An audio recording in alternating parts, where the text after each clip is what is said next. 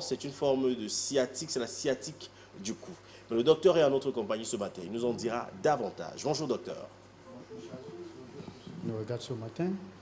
Je voudrais saluer la réalisation avec Smith, sans oublier Miss Nono de l'autre côté, qui est à notre compagnie ce matin. Oh là là, Miss Nono qui rafraîchit quand même tous les matins. À toute la réalisation du côté du théâtre. Ah ouais, ça, je continue davantage, j'allais dire bonjour et beaucoup de courage pour le travail qu'ils font. Parce que depuis ces jours-ci, il faut dire que moi également, c'est de ce côté que je regarde. Ah ok. De bons reportages d'ailleurs, ça il faut le dire. Voilà, je l'ai dit bonjour. Et à tous nos fidèles téléspectateurs. Voilà. Donc merci à vous d'être là et merci à toutes ces personnes qui continuent à nous accompagner. Voilà. Vous avez cité Miss Nono, moi j'assume mes amitiés parce que quand vous êtes ami avec une fille comme Miss Nono, tous les matins vous êtes quand même sûr d'avoir un plat de beignets haricots bouillis, ça c'est important. Allez, on parle donc de névralgie cervico-brachiale ce matin et c'est donc quoi la névralgie cervico-brachiale? Voilà, c'est vrai que quand c'est assez compliqué, ça il faut le dire.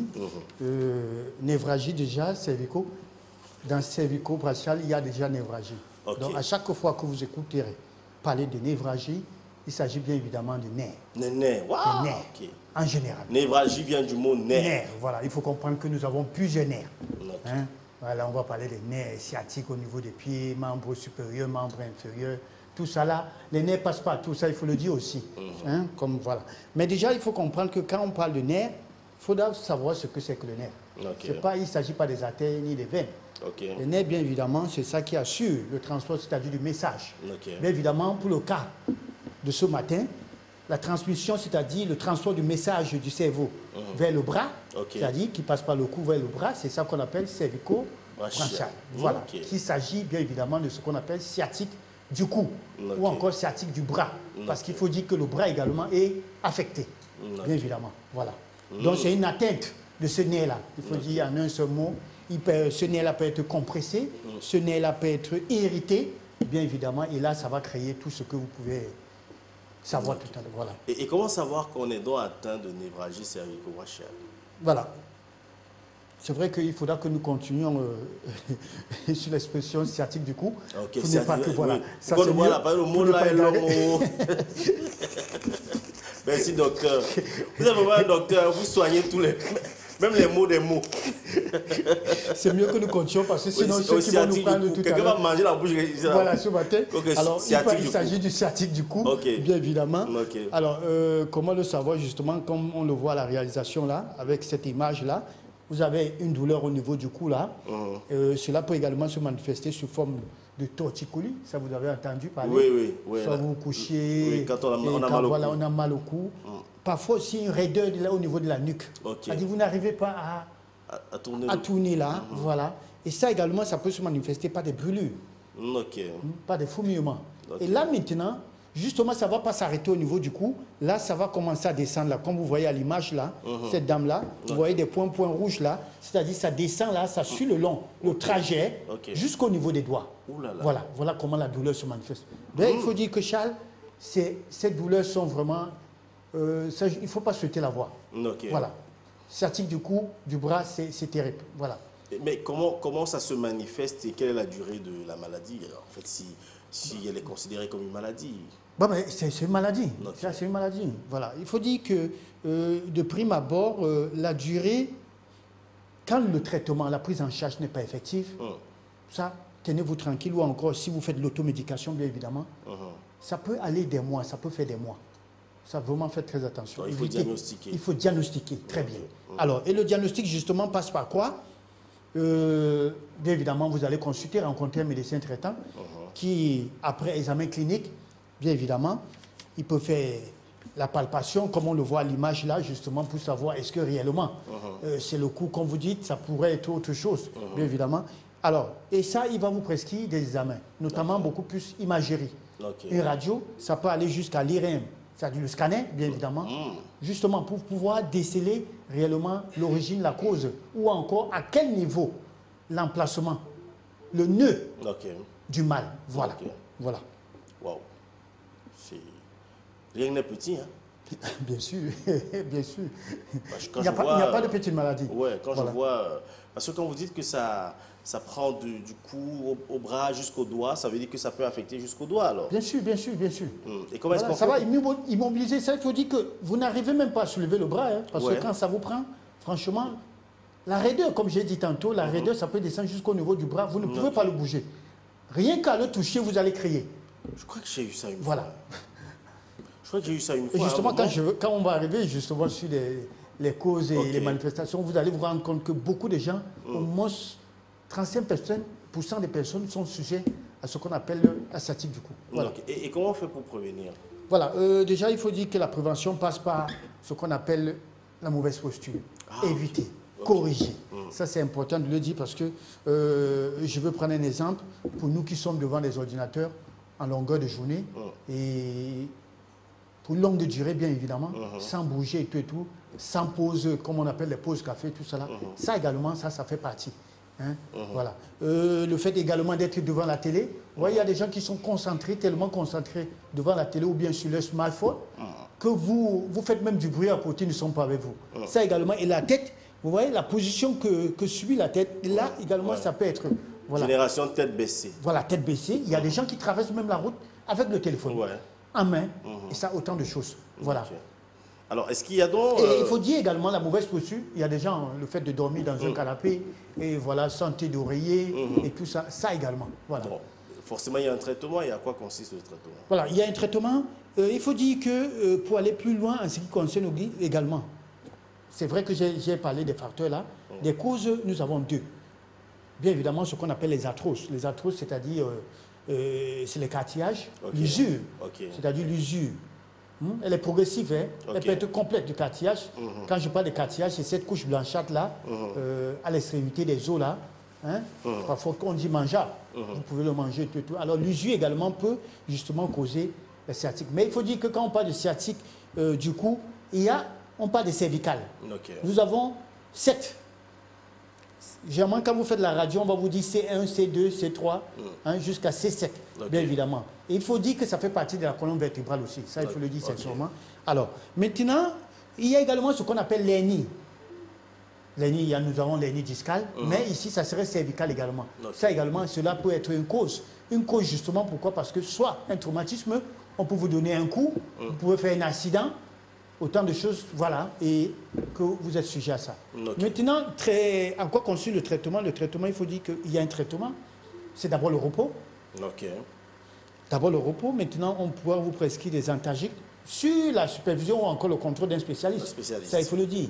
Vous pourrez rencontrer un rhumatologue ou un traumatologue, bien évidemment pour ça.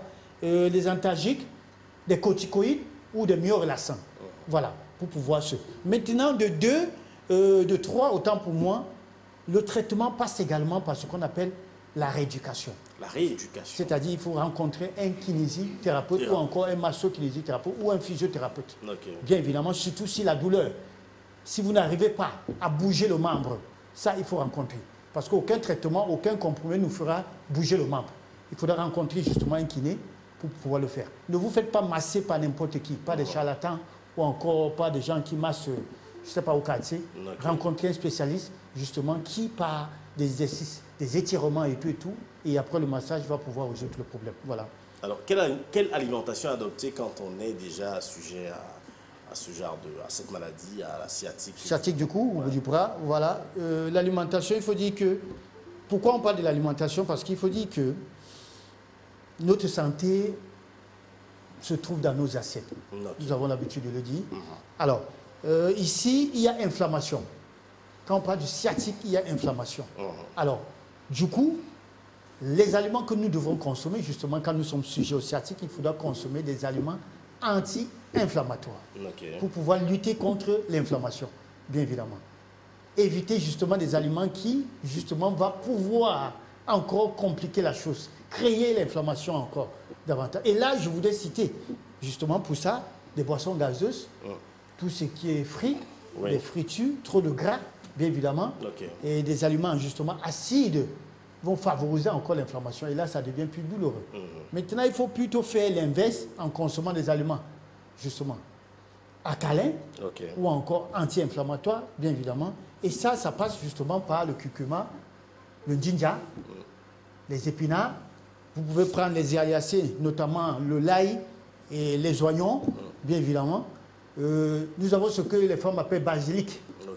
Hein, quand vous avez des inflammations de ce genre, faites l'infusion du basilic et vous allez boire en longueur de journée. Ça, c'est très bien. Le curcuma, on en sait, on en trouve au marché. Alors, c'est jaune comme ça, sous forme de ginger également. Ça également, vous pouvez saupoudrer dans vos plats hein, pendant que vous mangez. Voilà, et ça, c'est assez efficace. Tout compte fait, quand vous êtes sujet à cette pathologie, faites-vous accompagner par des spécialistes. Il faut dire que c'est pluridisciplinaire. Donc, un médecin pour des médicaments, un kiné, un nutritionniste. Voilà, ces trois-là vont pouvoir vous accompagner justement à ce que la maladie en elle-même pour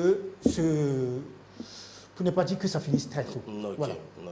Alors, quand vous parliez des causes tout à l'heure, vous avez parlé de la posture, ceux qui sont constamment devant les ordinateurs, qui prennent des mauvaises stations, des mauvaises postures, ceux qui dorment parfois sur le canapé, ceux qui dorment sans oreiller. Est-ce que vous pouvez nous donner quelques des petits conseils pour peut-être éviter? Donc, quelle est la posture à prendre, adéquate à prendre? Il faut dire déjà que quand vous êtes sur un bureau, la taille de votre bureau, pour vous dire le niveau de l'ordinateur, doit être au niveau de la poitrine, c'est-à-dire au niveau du sternum. Si c'est au niveau du ventre, ce n'est pas normal. Vous voyez que vous serrez. Voilà, ça c'est un exemple aussi. Et en ce qui concerne le téléphone, nous avons dit, vous avez parlé de génération tête baissée. Vous comprenez? Si vous devez faire là, 1 heure du temps avec un téléphone, avec un smartphone, ça c'est un problème. Pour ne pas dire ceux qui vont à la douche avec le téléphone. Ça aussi, ça c'est un problème. Qu'est-ce qu'on fait à la douche avec le téléphone? Il y a quelqu'un qui me fait rire de l'autre côté parce qu'elle dit qu'elle est beaucoup habituée à ça. Alors, elle va à la douche avec son téléphone? C'est ce qu'elle me fait savoir. Alors, dites-vous bien... On se lave avec ou bien? Non, c'est pas pour se laver avec. Dites-on, c'est pour tuer le temps. Alors, certainement, parfois, certains ont des problèmes de constipation. Et vous savez, quand on va, il ne faut pas pousser très vite, il faut prendre son temps. Et avec le téléphone. Voilà, pour mieux prendre son temps, ils doivent justement être accompagnés. Belle astuce, docteur, merci. Non, le problème, Charles, c'est que quand bien même ils finissent même de faire ce qu'ils ont à faire, ils restent toujours sur le bidet avec le téléphone. Ils digèrent. Non, mais là, ils digèrent. Alors, et là, c'est un problème. Docteur, vous n'êtes pas sérieux. Non, mais il faut faire très attention. C'est-à-dire, la personne qui est constipée doit aller aux toilettes avec son téléphone, le temps de perdre du temps pour que la circulation se fasse bien. Voilà. Et après digérer. C'est pas ce que je conseille, hein. Il faut dire ça. Vous n'avez pas conseillé ça, c'est un constat. Voilà, justement. Voilà. Apparemment, vous connaissez des personnes qui le font ici. Ah non, je ne voulais pas. Voilà. Alors, maintenant, éviter justement, c'est vrai que jusqu'ici, il y a des gens qui ne savent pas à quoi servent les oreillers. J'ai entendu parfois dire que ça, c'est l'histoire des Blancs. C'est pas pour nous. D'autres disent que c'est pour l'oreille. Voilà. Voilà, l'autre dit que c'est pour l'oreille. Alors, c'est conseillé, il faut avoir. Maintenant, c'est la qualité des oreillers. Ça également, il faut tenir compte de la qualité. C'est OK. Voilà, ça c'est très important, les oreilles. Ça peut servir justement à pouvoir immobiliser, c'est-à-dire respecter l'axe, comme on appelle, tête-tronc, corps. Ça c'est important pour que la colonne vertébrale reste droit. Ça c'est important. Vous avez un tête d'oreiller pas dur, c'est-à-dire en moyen souple. Pas trop souple également, parce que si c'est souple, la tête va entrer et l'oreiller va se plier en deux. Ça, c'est autre chose. Alors, ça c'est important de le savoir. Dormir avec l'oreiller, ça, c'est bon. Surtout quand vous êtes prédisposé, vous êtes déjà sujet à un problème de la colonne vertébrale. Ça, c'est important. Maintenant, le spécialiste, après avoir décelé votre problème, peut dire, non, madame, n'utilisez plus le thé d'oreiller parce qu'il va vous donner des raisons. Voilà, ça c'est important de le savoir. Maintenant, la mauvaise posture, il faut toujours bouger. Comme j'ai l'habitude de vous voir faire, vous êtes toujours très mobile, vous bougez, vous dansez, et ça c'est bon. Mais ne restez pas devant un ordinateur. Un ordinateur, ou bien pendant que vous présentez une émission, restez là pendant 2 heures du temps. Mais cher fils, ça, j'ai envie de pleurer. Ça, je voudrais vous dire qu'à long terme, cela va vous rattraper. C'est suicidaire, ça. Voilà autant de choses qu'il faut respecter. Tout Merci, docteur. Je crois que j'ai eu ça, je le disais d'ailleurs, hein, je ne sais pas trop, je crois que j'avais très mal dormi et j'ai cru que c'était le grand-père du village qui voulait finir avec moi. Et à un certain moment, mes doigts-ci ne donnaient plus.